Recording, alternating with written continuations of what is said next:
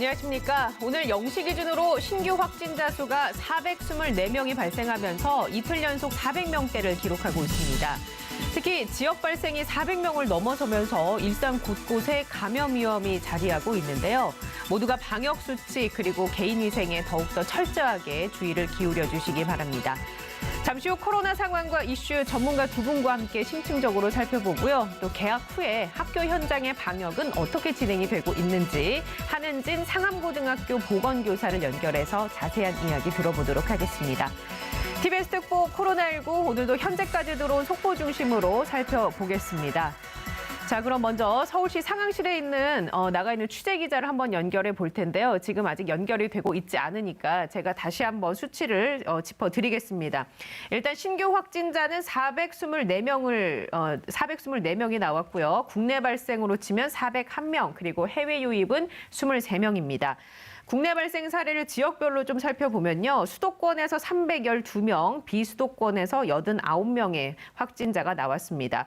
주요 지역 감염 사례들을 좀 살펴보면요. 외국인이 근무하는 근무사업장, 그리고 직장, 운동시설, 음식점, 이들 지역에서 지금 현재 계속 확산이 되고 있는 양상이고요. 또 경기 동두천시 외국인 집단 감염과 관련해서는 어제 7명이 추가가 됐습니다. 그래서 현재까지 103명이 확진 판정을 받았는데 자세한 이야기 현장에 나가 있는 취재기자 한번 연결해 보겠습니다. 구균진 기자.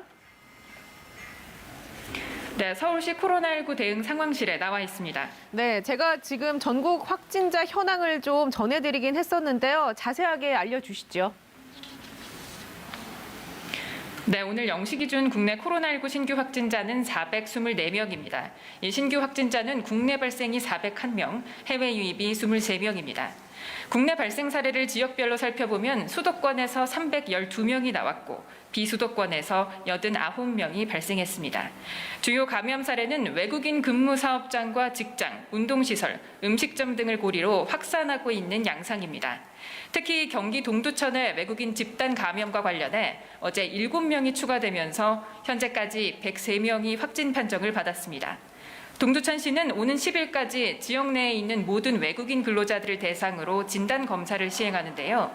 이들의 가족과 직장, 커뮤니티 접촉자 등을 대상으로 일제 검사가 진행 중인 만큼 앞으로 관련 확진자가 늘어날 가능성이 큽니다. 이 밖에 서울 영등포구의 음식점과 경기 파주시의 페이트 생산업체, 수원시 태권도장 등 기존 집단 발병 사례에서도 감염 규모가 연일 커지고 있습니다. 한편 사망자는 7명 늘어 누적 1,619명이 됐습니다. 어제 6만 5천여 명이 추가로 백신을 접종받아 지금까지 모두 15만 4천여 명이 코로나19 백신 1차 접종을 완료했습니다. 백신 접종이 이제 막 시작이 된 단계인데 어제 백신을 맞은 2명이 숨졌습니다. 정부는 백신 접종과 사망과의 인과성을 단정하기는 어렵다고 밝혔어요.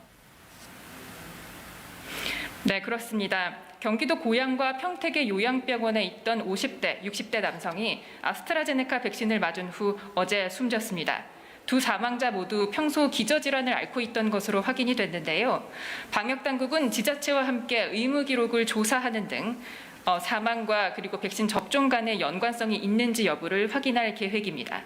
정은경 코로나19 예방접종 대응 추진단장은 아직까지 백신 접종 후에 인과성이 확인된 사망 사례는 없었다면서 오히려 코로나19 고위험군인 기저질환자의 경우 접종을 받을 것을 권고했는데요. 다만 요양병원 입소자 같은 고령자의 경우 건강 상태를 고려해서 접종을 받고 또 필요하다면 접종을 연기할 수 있다고 설명했습니다. 정은경 단장의 브리핑 내용 들어보시겠습니다. 사망에 이르게 된 원인이 다른 요인으로 설명이 가능한 건지 이런 부분들을 이제 임상적으로 종합적으로 조사를 하고 판단을 해서 인과관계에 대한 판단을 하고 있습니다. 요양병원의 예방접종 지침을 마련할 때 요양병원은 워낙에 오랫동안 와병 상태에 계시고 또 기저질환이 많은 그런 고령의 어르신들이 계시기 때문에 예진을 할 때 그런 부분들을 주의하도록 당부를 하고 있습니다. 네, 과도한 불안감을 갖고 백신 접종을 기피하면 안 되겠지만 실제로 다른 나라에서도 코로나 백신 접종 후에 숨진 사례가 있지 않았습니까? 네, 그렇습니다. 우리나라보다 백신 접종을 먼저 시작한 해외 다른 나라의 경우에는 접종 후 사망자가 수백 명 이상 발생하는 등 관련 사례가 이어지고 있습니다. 예를 들어 영국에서는 402명, 프랑스 171명, 독일 113명 등이 보고됐는데 해당 국가들 모두 이 사망과 백신 접종 간의 연관성은 없다고 밝혔습니다. 이들 나라에서는 사망 사례 외에도 이상 반응 신고가 계속 접수되고 있는데요. 신고 규모를 보면 접종 기간이 가장 긴 영국에서 5만 8천여 건의 이상 반응 신고가 나왔고요. 그 밖에 프랑스 6,400여 건, 미국 5,600여 건 등입니다. 우리나라에서는 백신 접종이 이제 막 시작된 단계인 만큼 앞으로 사망을 포함한 이상 반응 신고 사례가 더 늘어날 것으로 예상됩니다.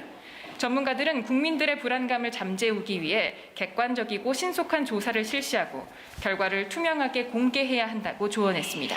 그런가 하면 백신 접종 후에 이상 반응이 나타나며 신고할 수 있는 앱이 나왔다면서요? 네, 서울 서초구는 주민들이 안심하고 백신 접종을 받을 수 있도록 이상 반응이 있을 경우 신고할 수 있는 앱과 또 그리고 신고 시스템을 운영한다고 밝혔습니다. 이 이상 반응 신고 앱은 백신 접종 현장에서 QR코드를 입력하면 접종 기관과 백신 정보가 자동으로 입력되고요. 또 이상 반응 발생 시 콜센터나 문자 등을 통해 자동적으로 신고할 수 있게 되는 원리입니다.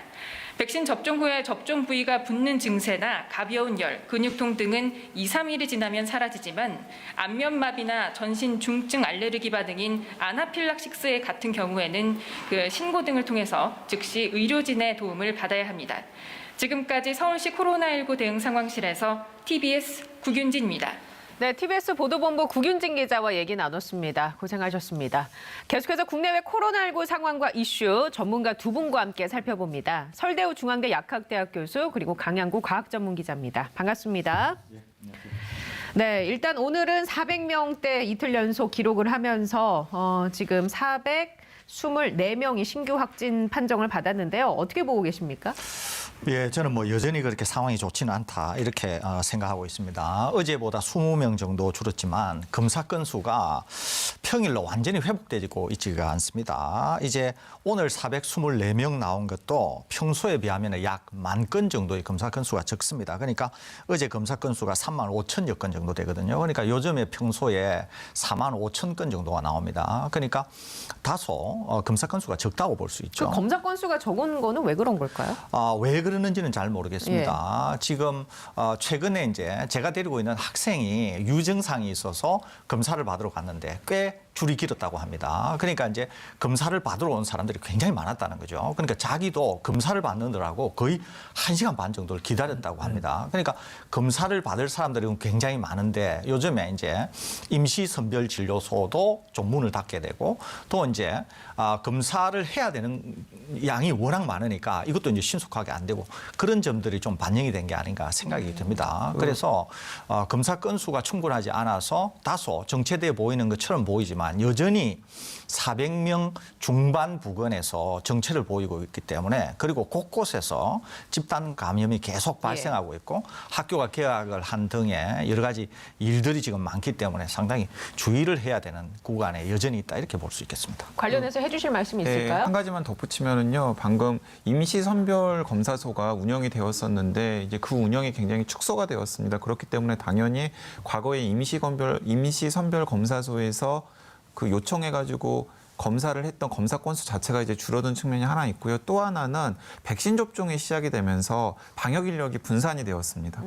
그래서 이제 검사에 동원되었던 많은 인력들이 이제 백신 접종과 관련된 인력으로 돌려지면서 전반적으로 검사에 투입해는 자원 자체가 줄어든 것도 검사 건수가 줄어든 중요한 이유라고 생각이 됩니다. 그 개인들도 심리적으로 느슨해져서 검사를 받으러 가야지라는 생각을 좀 덜하는 것도 이유가 있지 않을까요? 네, 아무래도 그런 게 있죠. 왜냐하면은 과거에 이제 임시 선별 검사소에서 익명 검사가 가능할 때는 그리고 또 한참 이제 코로나19 지역 확산이 많을 때는 많은 분들이 조금만 이상해도 검사를 받으러 갔었는데 지금은 그런 분위기가 아닐 뿐만 아니라 임시선별검사소에서도 익명 검사를 가능하면 하지 않는 분위기거든요.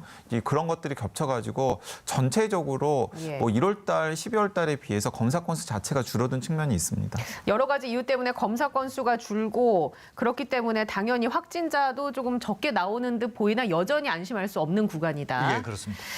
그 중에서도 또 눈여겨볼 부분이 수도권에서의 확산세입니다. 특히나 이 경기도 상황이 좋지 않은데요. 아무래도 이제 경기도의 확산세를 이끄는 것은 외국인 근로자들의 집단 감염이겠죠. 확산세가 좀처럼 잡히지 않는 이유는 뭘까요? 어제도 말씀드렸는데요. 기본적으로 계속 확진자 수가 정체를 보이고 있는데 이 정체를 보이는 수준이 상당히 높은 수준입니다. 그러다 보니까 계속 감염을 경로를 모르는 불분명 환자가 거의 이제 한 20%에 육박하니까 네. 환자 수가 많고 감염 불분명을 모르고 거기에다가 이동이 많은 상황에서 집단 감염이 계속 생기고 있으니까 이 불씨를 끄트리기가 어려운 거죠, 이게. 그래서 지금 수준이 계속 유지가 되면 이것을 더 떨어뜨리기에는 현실적으로 쉬워 보이지가 않습니다. 그래서 이 문제를 어떻게 극복하는가 하는 것이 백신 접종을 지금 막 시작하고 있는 우리에게서는 상당히 좀 해결해야 될 과제가 아닌가 이런 생각이 듭니다. 지금 이제 경기도 지자체별로 업장별로 그리고 거주지별로 이 이주 노동자를 상대로 한 선별 검사를 지금 실시를 하고 있는데요.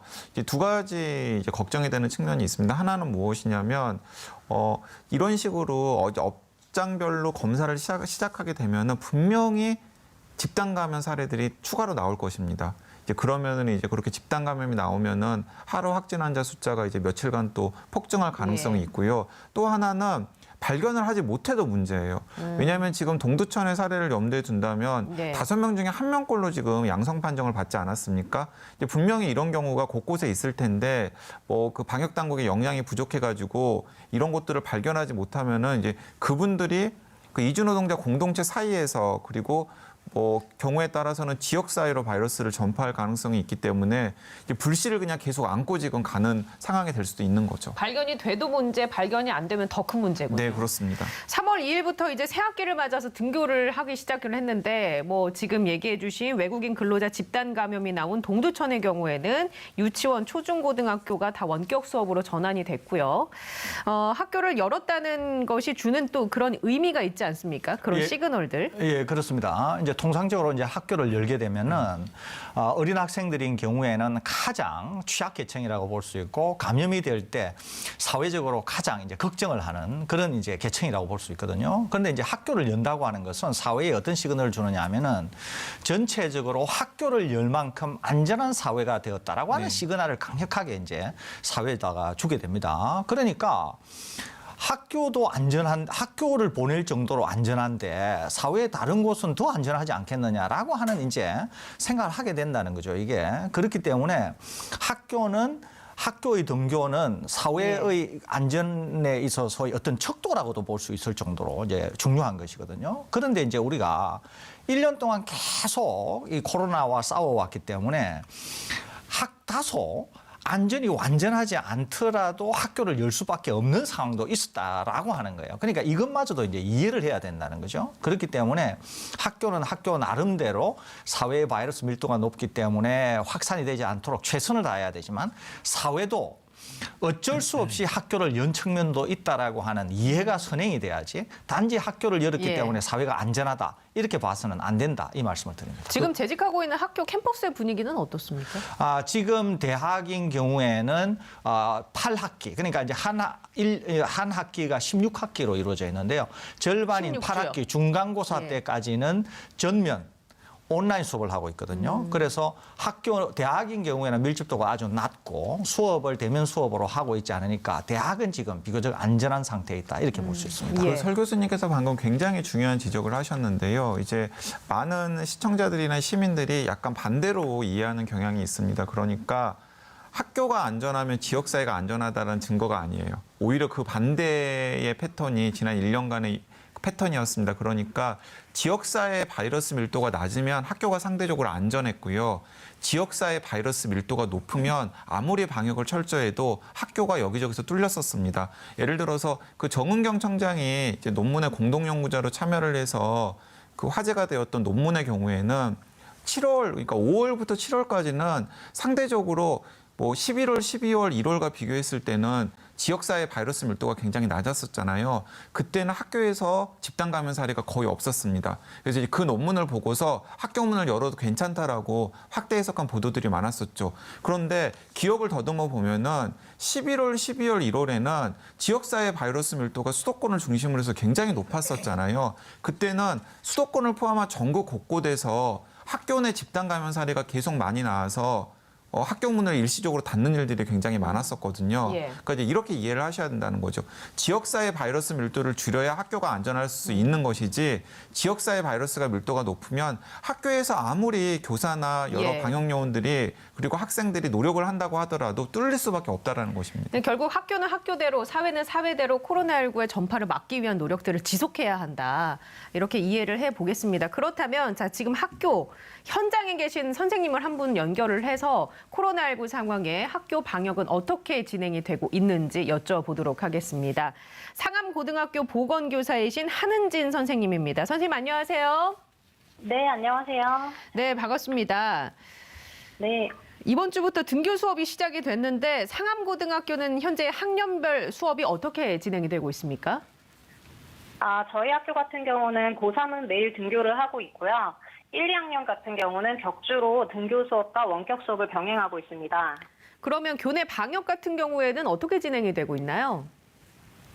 일단 저희 학교는 매일 수시로 곳곳을 표면 소독을 진행하고 있는데요.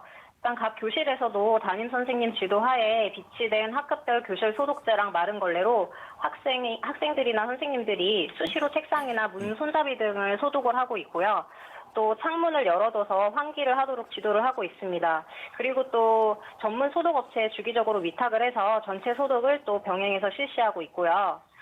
등교 시간이나 급식 시간 같은 때 학생이 한꺼번에 몰리는 걸 대비해서 바닥에 눈에 띄는 스티커를 줄서기 간격 스티커를 붙여서 선생님들께서 순번을 정해서 지도를 하고 계십니다. 예, 학교 측은 다양한 노력을 기울이고 있는데 아이들, 학생 개개인도 지켜야 할 수칙들이 있지 않습니까? 어떤 것들이 있을까요? 일단 제일 중요한 것이 등교 전에 교육부 자가진단 앱에 참여하는 것인데요. 교사도 마찬가지고요. 코로나 증상을 스크리닝해서 등교 가능 여부가 우선 결정이 됩니다. 그래서 자가진단 시스템에서 등교가 가능하면 출입문 앞에서 1차적으로 열화상 카메라로 발열 체크를 하고 손소독을 실시하고 입장하게 되는데요. 마스크 착용 여부나 아니면 학생이 몰려서 있지 않은지 이런 것들은 선생님들이 항상 지도를 하고 계시고요. 일단 일과 시간 중에도 수업 시간이나 쉬는 시간에는 아이들이 답답해하긴 하지만 무조건 마스크를 착용하도록 또 수시 지도를 하고 있습니다. 그 아이들이 일단 점심시간. 예, 네네. 그 말씀해 주세요. 계속. 네네. 네. 점심시간 같은 경우가 일단 문제인데 시작하기 전에 각 교실에서 한 번 더 발열 체크를 시행하고 있고요. 그러니까 이상이 없는 경우에는 학년이랑 반을 시간대를 구분해서 겹치지 않도록 분산을 시켜서 급식을 먹을 수 있도록 또 이것에 또 중점을 두고 있습니다. 아이들이 몰려 있는 경우에는 체크를 해주신다고 얘기해 주셨는데 아이들이 막 답답함을 호소하거나 그렇지는 않습니까? 얘기를 못해서 뭐 좀 답답해한다든지.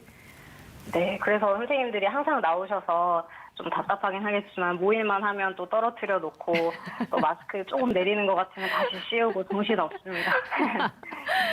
정말 힘드실 것 같아요. 자, 그러면 마지막으로 특별히 신경 쓰는 부분이라든지 아이들에게 해주고 싶은 이야기라든지 편안하게 얘기해 주시면 좋을 것 같습니다. 네, 사실 그 학교에 계시는 모든 보건교사는 마찬가지인데요. 3월 달에 코로나를 떠나서 중요한 거는 이제 1학년 신입생들이 또 들어오기도 하고 전교생을 대상으로 건강조사 설문을 진행하는 건데요. 이 설문을 바탕으로 학부모님이랑 학생 개인 상담을 하고 1년 동안에 배려할 학생들이 누가 있는지를 체크하는 것인데 사실 이제 작년부터는 코로나 이 업무가 이렇게 겹쳐서 신경 쓰일 부분이 좀 많아졌긴 했습니다. 그러니까 저 같은 경우는 보건 수업 시간을 통해서 학생들한테 감염병 예방 관리 수칙 같은 것을 더 강조하려고 노력하고 있고요. 그 작년부터는 또 집단 감염이 발생하지 않도록 항상 수시로 선생님들한테 이제 또 교육이랑 연수를 통해서 빠르고 정확한 대처를 하려고 또 또 모두 힘을 합쳐서 최선을 다하고 있는 부분이 있습니다. 네, 알겠습니다. 자, 바쁘신 와중에도 이렇게 시간 내주셔서 감사합니다. 네, 고맙습니다. 네, 지금까지 한은진 상암고등학교 보건교사와 함께 얘기 나눴습니다. 정말 이 부분이 선생님들로서는 힘들 것 같아. 아이들이 몰려있는데 일부러 떼어놔야 되잖아요. 얘기를 못하게 하고. 그러니까 이제 학교의 가장 중요한 기능 중에 하나가 사실은 학생들의 사회성을 이제 기르는 것이잖아요. 그런데 코로나19 유행 상황에서 그런 것들을 오히려 장려해야 될 선생님들께서 아이들이 친교하는 것들을 이제 네. 막아야 되는 상황이 되니까 가슴이 아픕니다. 굉장히 안타깝죠. 네. 그리고 그 앱 같은 경우에는 자가 진단할 수 있는 앱이 잘 개발이 되어서 이게 혹시나 깜빡하면 알림이 와서 할 수밖에 없게끔 이렇게 푸시 알림이 오더라고요. 네, 귀찮게도.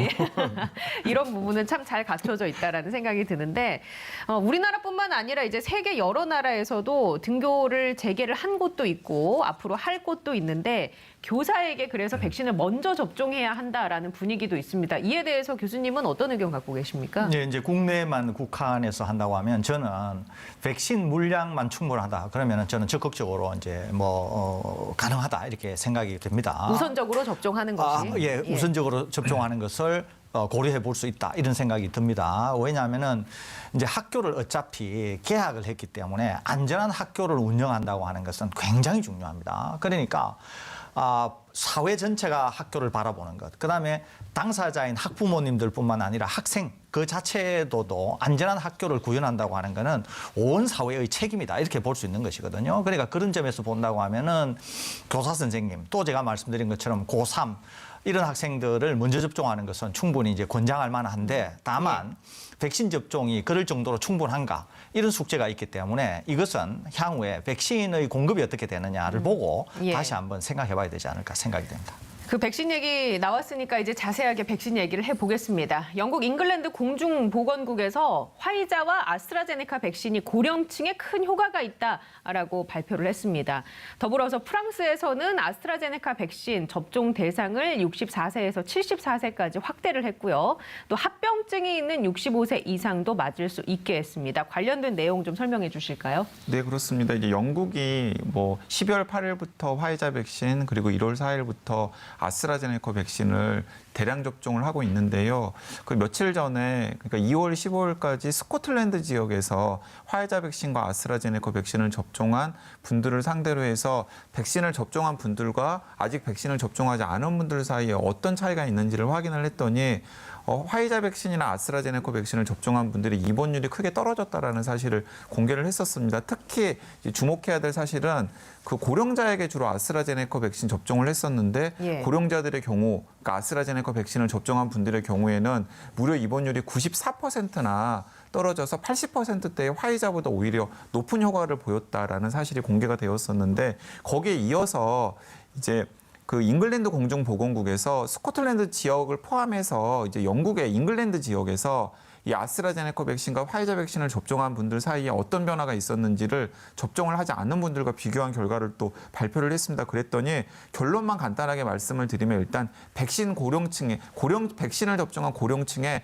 큰 보호 효과가 있다라는 사실이 확인이 되었고요.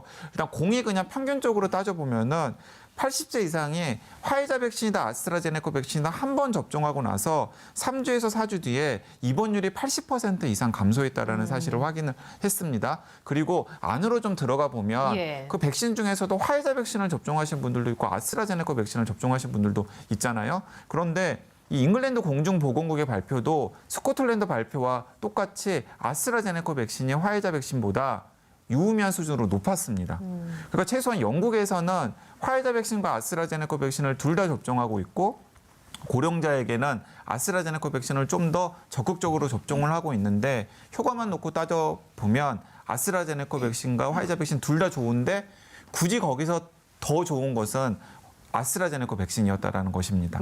제가 좀 추가를 하려고 하는데요. 우리가 이제 겨울에 독감 백신을 접종하면 독감 백신을 접종했는데도 많은 분들이 감기에 걸렸다 이런 분들이 되게 많잖아요. 그러니까 이제 백신이 완전히 감염을 차단하는 건 아니거든요. 더 중요한 것은 뭐냐면은 감염이 된다고 하더라도 중증으로 떨어뜨리는 것을 막아주는 이게 이제 백신 효과로서 되게 중요합니다. 그런데 지금 영국에서 잉글랜드 또 스코틀랜드에서 일어난 이것을 전문 용어로 뭐라고 하느냐면은 real world vaccination이라 그래요. 그러니까 임상 시험이 아니고 정말 real world 현장에 예. 백신을 접종을 해서 그 백신이 정말 현장에서 어떻게 작동하는가 하는 거거든요. 근데 이제 스코틀랜드만 하더라도 거의 대상이 540명 정도 되고 잉글랜드도 수백만 명이나 됩니다. 그리고 실제로 화이자 백신과 아스트라제네카 백신을 맞은 분들이 거의 아마 한 200만 명 가까이 될 거예요. 거기에다가 더 중요한 것은 아스트라제네카 백신은 주로 65세 이상인 고령층에 맞췄고 이제 화이자 백신은 좀 젊으신 분들이 맞았거든요. 그래서 두 개를 비교를 한 거예요. 비교를 했는데 얼마나 보호 효과가 뛰어나냐 하면은 아스트라제네카를 맞은 고령층이 입원하는 비율이 급속도로 감소를 한 거예요. 백신을 안 맞은 사람이 100명을 입원한다 그러면 백신을 접종하게 되면 거의 10명 정도로 입원을 밖에 안 하니까 거의 뭐 한 90% 이런 정도로 보호 효과가 있다는 거죠. 그래서 이거는 임상시험의 수준을 훨씬 뛰어넘은 실제 현장에서 백신을 접종하고 나서 조금 전에 말씀드렸죠. 예. 우리 겨울에 독감 접종하고 나서 본 것처럼 실제로 리얼월드에서 접종을 하고 나서 일어난 실제적인 현장에서의 결과이기 때문에 훨씬 의미가 있다 이렇게 볼 수 있거든요. 그 조금 한 걸음 더 들어가서 여쭤보면 고령층에게 보호 효과가 크다라고 나타나는 그게 주는 의미가 있지 않겠습니까? 왜냐하면 사실 코로나19가 무서운 것은 고령층이 걸렸을 때 사망률이 높아질 수 있다라는 점 때문에 우리가 좀 두려웠던 거잖아요. 이 측면에서 본다면 굉장히 긍정적인 거죠. 굉장히 중요합니다. 왜냐하면 저번에 제가 한 말씀 드리겠는데 JP 모건이 보고서를 내면서 이런 보고서를 냈어요. 전 세계 입원자의 반, 그다음에 전 세계 사망자의 80%가 65세 이상 고령자다 이 얘기를 했습니다. 그러니까 전체 입원자의 반, 또 사망자의 80% 정도가 65세 이상이다 이를 얘기를 했으니까 다른 말로 하면 65세 이상을 잘 백신으로 보호하게 되면은 굉장히 안전한 사회로 갈 수 있다. 또 일상생활로 복귀할 수 있다. 이 얘기거든요. 예. 그런데 지금 아스트라제네카가 고령층에 상당히 효과가 있다는 거죠. 또 화이자도 고령층에 상당히 효과가 있다는 거죠. 이런 결과들이 나오니까 당장 제일 먼저 아스트라제네카 백신의 65세 이상 접종과 관련해서 문제를 제기했던 독일의 태도가 180도 바뀌었습니다. 곧 우리가 아스트라제네카 백신을 65세 이상에게도 접종하는 권고안, 승인안을 내려고 한다. 그다음에 프랑스도 독일의 입장과 유사했는데 바로 태도를 바꾸어서 65세 이상의 접종을 승인을 했습니다. 지금 이미. 그렇기 때문에 바로 이런 영향들이 어디까지 영향을 미쳤느냐 하면 우리나라에도 어제 바로 영향을 미친 거죠. 그래서 정 총리께서 예. 당장 외국에 지금 업데이트되고 있는 이런 결과들 또 주요 국가들의 접종 당국이 얘기하는 이런 것들 때문에 총리께서 바로 우리 당국에도 네. 아스트라제네카에 대해서 다시 한 번 더 검토해달라. 예. 이렇게 요청을 하셨거든요. 그러니까 지금 이런 모든 것들이 우리가 우려를 했던 아스트라제네카가 실제 현장에서는 훨씬 효과가 뛰어나고 우리도 머뭇거릴 틈이 없이 신속하게 재평가를 해야 되는 그런 상황에 지금 와 있어서 아마 조만간 결론이 나지 않을까 이렇게 생각합니다. 백신을 맞으면 맞을수록 코로나19로 고통받는 시간을 끝낼 수가 있는 거잖아요. 그렇습니다. 우리가 거기에다 일상에서 더 중요한 돌아다니고. 것은 예. 거기다 더 중요한 것은 지금 우리 65세 이상이 접종이 안 되고 있다는 거잖아요. 네. 조금 전에 제가 말씀드렸잖아요. 입원자의 반, 사망자의 80% 이상이 65세 이상이라 그랬잖아요. 그런데 지금 우리가 아스트라제네카 백신 논란 때문에 정작 접종을 해야 되는 이 대상자들인 65세 이상이 접종이 안 되고 있다는 거죠. 그래서 아마 정 총리께서 예. 적극적으로 나서신 게 아닌가 이렇게 그래서 생각합니다. 정 총리가 질병청에 아스트라제네카 고령층 접종에 대해서 다시 한번 전문가들이 의견을 좀 모아달라고 얘기를 했잖아요. 그럼 어떻게 될까요? 고령층의 접종이 우리가 예상했던 뭐 미국의 데이터를 추가로 받아서 평가하고 이런 시기보다는 좀 앞당겨질 수 있을까요? 네, 그렇습니다. 이제 분위기 변화가 생기고 있습니다. 일단은 질병관리청 내부에서도 영국 같은 곳에서 이제 대량의 리얼월드 데이터들이 쌓이고 있기 때문에 그러니까 임상시험 결과보다 오히려 더 유의미한 결과거든요. 실제로 접종을 해보고 나니까 아스트라제네카 백신이 고령자에게 굉장히 효과가 좋다라는 사실이 확인이 된 것이잖아요. 이제 그래서 더 이상 이렇게 뭐 미적거릴 이유가 없다라고 판단을 하고 있는 것 같습니다. 이제 거기에다가 이제 불을 붙인 게 정세균 총리가 어제 아침에 이제 회의를 하면서 65세 이상에게도 아스트라제네카 백신 접종을 할 수 있도록 여러 가지 데이터를 확인해서 좀 질병관리청과 전문가들이 다시 논의를 해줬으면 좋겠다라는 의사를 명확하게 밝혔기 때문에 더욱더 가속도가 붙을 가능성이 크고요. 조심스럽게 제가 이제 내부에서 예. 진행되는 상황에 대한 그 취재 결과를 말씀을 드리면 다음 주 정도부터 절차가 진행될 것으로 보입니다. 그러면 그 절차가 언제쯤 마무리가 될까요? 그러니까 다음 주에부터 시작이 되면 일단은 그 질병관리청 예방접종 전문위원회의 자문위원들이 있습니다. 이제 자문위원들이 데이터들을 검토를 해서 일단 질병관리청과 그리고 예방접종 전문위원회에 참여하는 위원들에게 이런 식으로 가닥을 잡아가면 좋을 것 같습니다라고 하는 이제 안을 제시를 할 거고요. 그 안을 토대로 해서 질병관리청에서 의안을 만들면 그 의안을 예방접종 전문위원회 위원들이 최종적으로 심의를 하는 식으로 진행이 되는데요. 이제 빠르면 일주일에서 열흘 정도 안에 예. 결론이 나올 가능성이 있기 때문에 지금 시점대로라면 3월 중순 정도면 우리나라도 네네. 아스트라제네카 백신을 65세 이상에게 접종하는 것으로 결론이 날 가능성이 커 보입니다. 그 SK 바이오사이언스랑은 계속 연락되죠? 네, 연락하고 거기 있습니다. 창고에 아스트라제네카 백신은 계속 쌓여 있는 거고요. 네, 아스트라제네카 백신 재고는 여전히 있는데 이제 문제는 이제 이런 문제들이 있습니다. 어떤 문제들이 있냐면 지금 전 세계에서 우리나라는 지금 화이자나 모더나 백신에 기대를 하고 계시는 분들이 많잖아요. 근데 전 세계 상황은 정반대입니다. 화이자나 모더나가 제대로 공급을 해주지 못하고 있기 때문에 전 세계 곳곳에서 제발 아스트라제네카 백신을 빨리 공급해 달라라고 원성이거든요. 그래서 SK 바이오사이언스 공장에 쌓여 있는 재고 물량이 계속해서 딱지가 붙는 거예요. 다른 나라로 나갈 가능성이 다른 나라로 나갈 가능성이 굉장히 큽니다. 그렇기 때문에 예. 저는 이 대목에서 아스트라제네카 백신 측과 본사와 정부가 좀 더 적극적으로 좀 협조를 해서 그 국내에서 생산한 물량 중에서 일부를 우리가 조금이라도 좀 당겨서 예, 확보할 빨리빨리 수 있는 푸는 것도 좀 쪽으로. 고민을 해보면 좋겠다는 생각이 듭니다. 예, 알겠습니다. 계속해서 저희가 팔로우업을 해서 알려드리도록 하겠고요. 백신 접종 후에 사망한 사례가 2건이 접수가 됐습니다. 이 사례에 대해서 또 걱정하시는 분들 계실 것 같은데 속 시원하게 정리를 좀 해주실까요? 예, 이제 두 분 다 요양병원에 계시던 분입니다. 그러니까 이제 상당히 이제 기저질환을 앓고 계셨던 분이죠.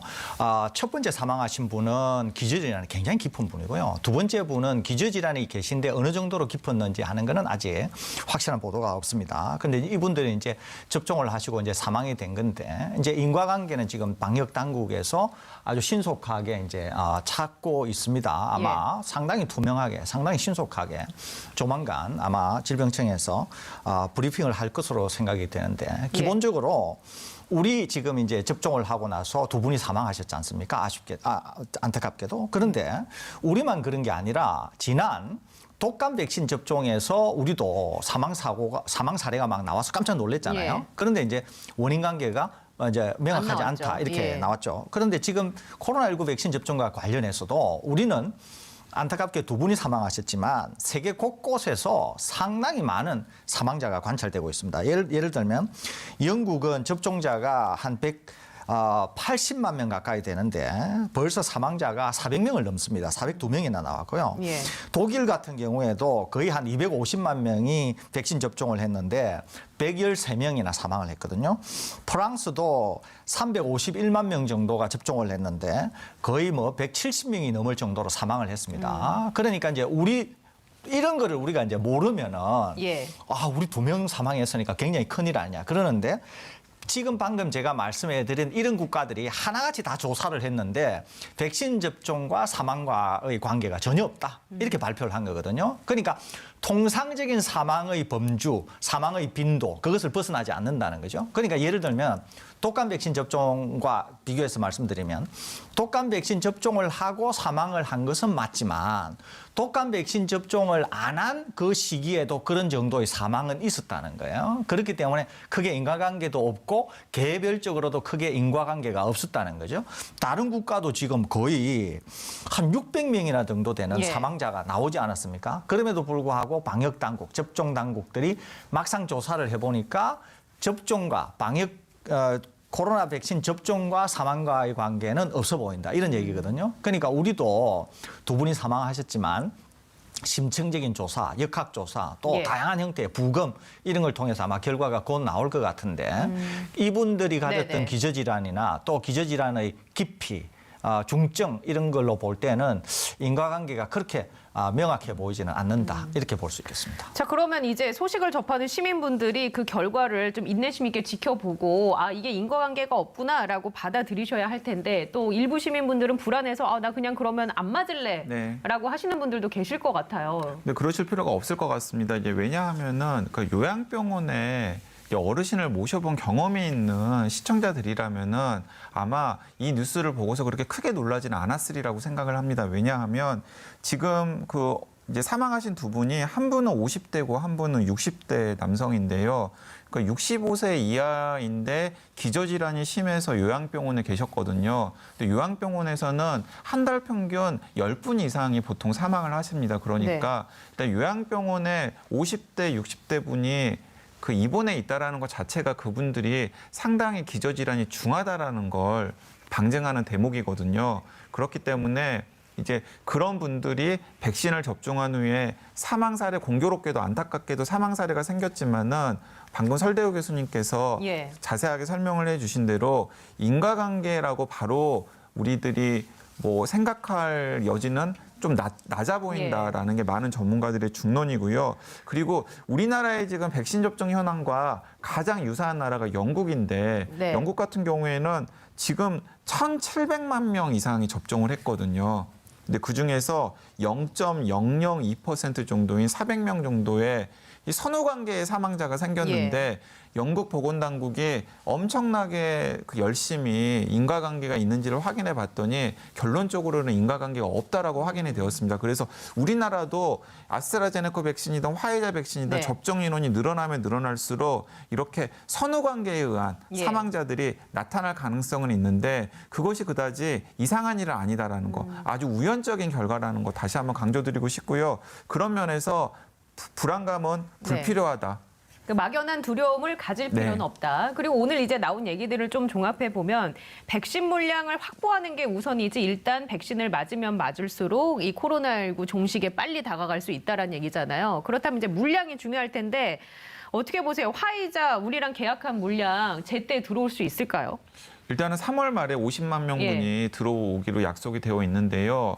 기대는 하고 있는 것으로 보입니다. 그런데 제가 정말입니까라고 정부 관계자에게 확인을 하면은 선뜻 확답을 하지를 못해요. 이게 일본만 해도 지금 백신이 수급이 달려가지고 계속 백신 접종이 늦어지고 있지 않습니까? 맞습니다. 이제 그 정부 관계자들도 확답을 하지 못하는 가장 중요한 이유가 무엇이냐면은 뒤통수를 맞은 경험이 많기 때문이에요. 근데 우리나라만 뒤통수를 맞는 게 아니라 지금 전 세계적으로 화이자와 모더나로부터 뒤통수를 맞고 있거든요.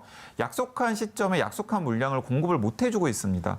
그렇기 때문에 우리나라에 3월 말까지 들어온다고 하는 50만 명분의 화이자 백신도 들어와야 들어오는 것이지 사실은 불확실성이 있다라는 거 말씀을 드리고 싶고요. 이제 그렇기 때문에 자꾸 많은 방역 전문가들이 아스트라제네카 백신에 대한 수용성이 높아져야 된다라고 이야기하는 것도 그것 때문입니다. 왜냐하면 화이자나 모더나 백신에 비해서는 아스트라제네카 백신이 우리나라가 직접 계약한 물량이든 아니면 코백스 퍼실리티를 통해서 들어올 물량이든 손해질 가능성이 더 높거든요.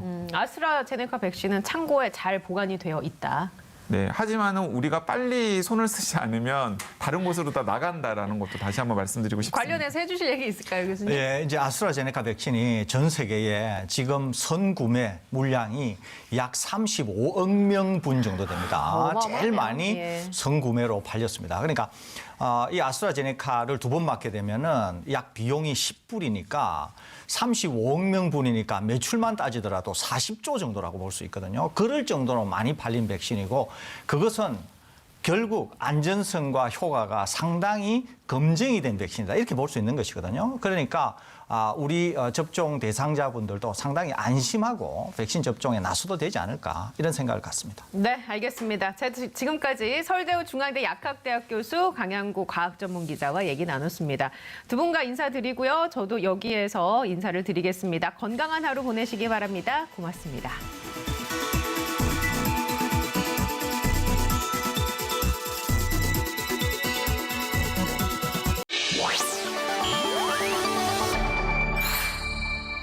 TBS